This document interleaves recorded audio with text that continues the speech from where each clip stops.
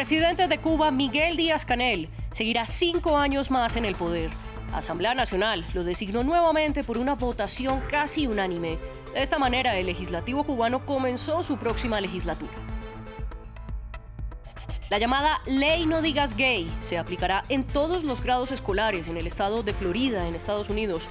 El Departamento de Educación del Estado decidió extender la prohibición de enseñar sobre identidad de género y orientación sexual, que antes era solo para el jardín infantil y la escuela primaria. Tenemos reporte desde Miami. Y fracasó un segundo intento de cese al fuego en Sudán. El ejército y los paramilitares de las fuerzas de apoyo rápido pactaron frenar las hostilidades durante 24 horas a partir de la noche de este miércoles. Pero testigos afirman que los combates continúan. Miles huyen de Jartum, la capital. Bienvenidos a una nueva ronda informativa de France 24. Yo soy María Clara Calle.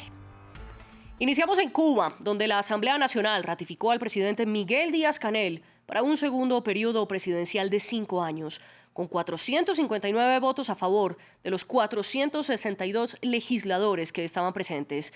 También reeligieron al vicepresidente Salvador Valdés Mesa. Recordemos que en 2018 Díaz-Canel fue elegido como el primer presidente por fuera de la familia Castro desde la revolución, pero apostó por un continuismo de las ideas políticas de Fidel y Raúl. Durante su primer gobierno, la economía cubana cayó un 11% en 2020 a causa de la pandemia del COVID-19. Y ahora el reelecto presidente deberá seguir enfrentando la difícil situación económica, empeorada por la inflación y las sanciones de Estados Unidos. A continuación, vamos a escuchar lo que nos dijo previamente un invitado al respecto. Sería simplista acusar a Díaz-Canel de ser responsable por la profunda crisis económica y política que sufre el régimen cubano. Este es el resultado de 60 años de políticas equivocadas, tanto económicas como políticas y sociales, que han llevado al país a esta situación. Desafortunadamente para Díaz-Canel le tocó a él gobernar en estos últimos 5 años. En cualquier otro lugar del mundo, los 5 años de presidencia de Díaz-Canel le hubieran ocasionado o la renuncia o la pérdida de esta elección. Solamente en un régimen como el cubano, un presidente de una incompetencia tan escandalosa puede ser reelecto, y reelecto de manera digamos, mayoritaria.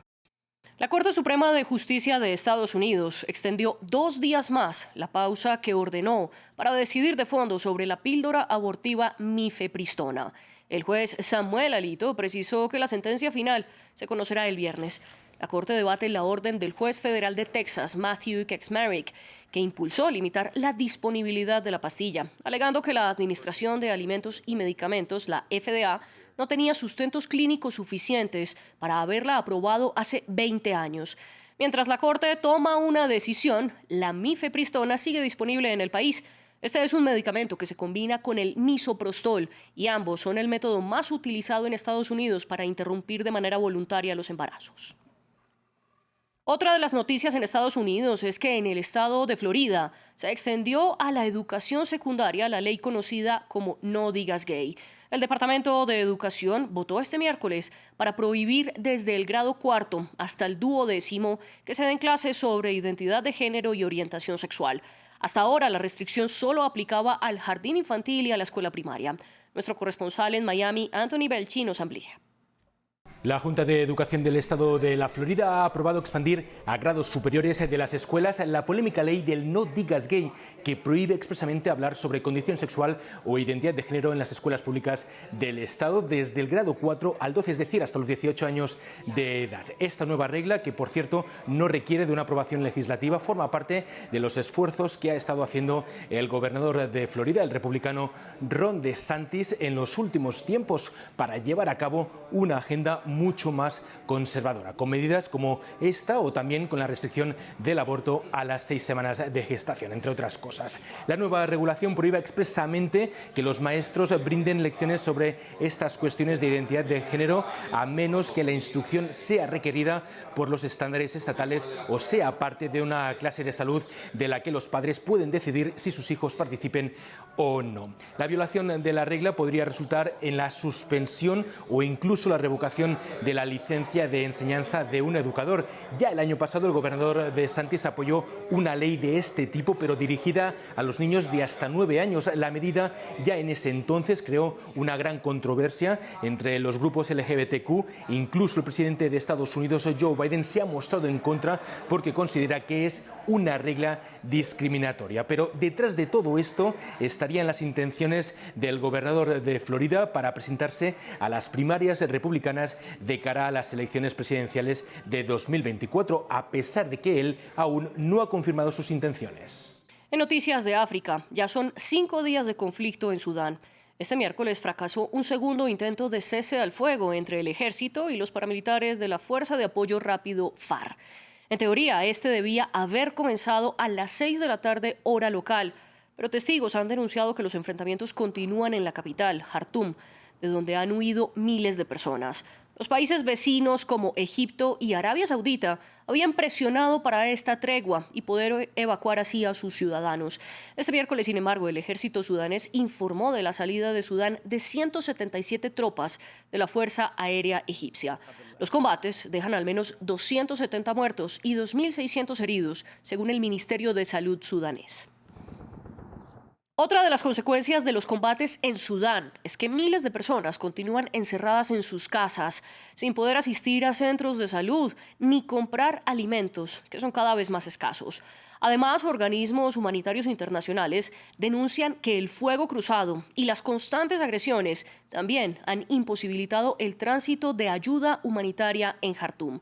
Veamos el informe de Max Pérez Gallardo.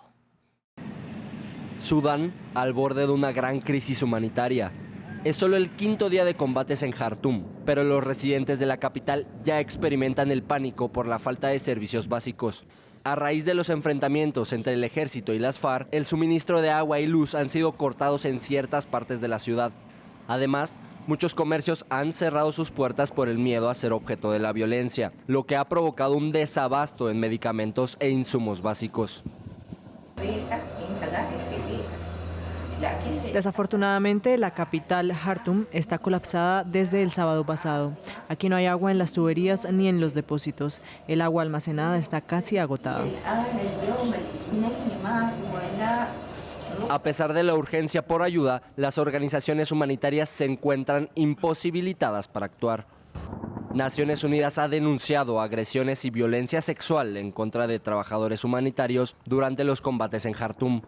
Además, la movilidad de asistencia es sumamente compleja, consecuencia del constante intercambio bélico entre ambos bandos. La verdad es que en estos momentos es casi imposible prestar ninguna asistencia humanitaria en Jartum y sus alrededores.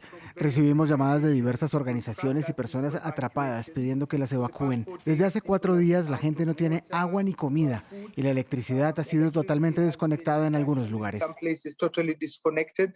En 2022, Sudán se posicionó en el lugar 172 en el Índice de Desarrollo Humano, uno de los más bajos del mundo. El conflicto actual podría acentuar esta condición y generar una nueva crisis humanitaria en una nación africana. Emmanuel Macron apareció en público por primera vez desde que promulgó la polémica ley que reforma las pensiones en Francia. Y la respuesta que recibió fue un gran abucheo.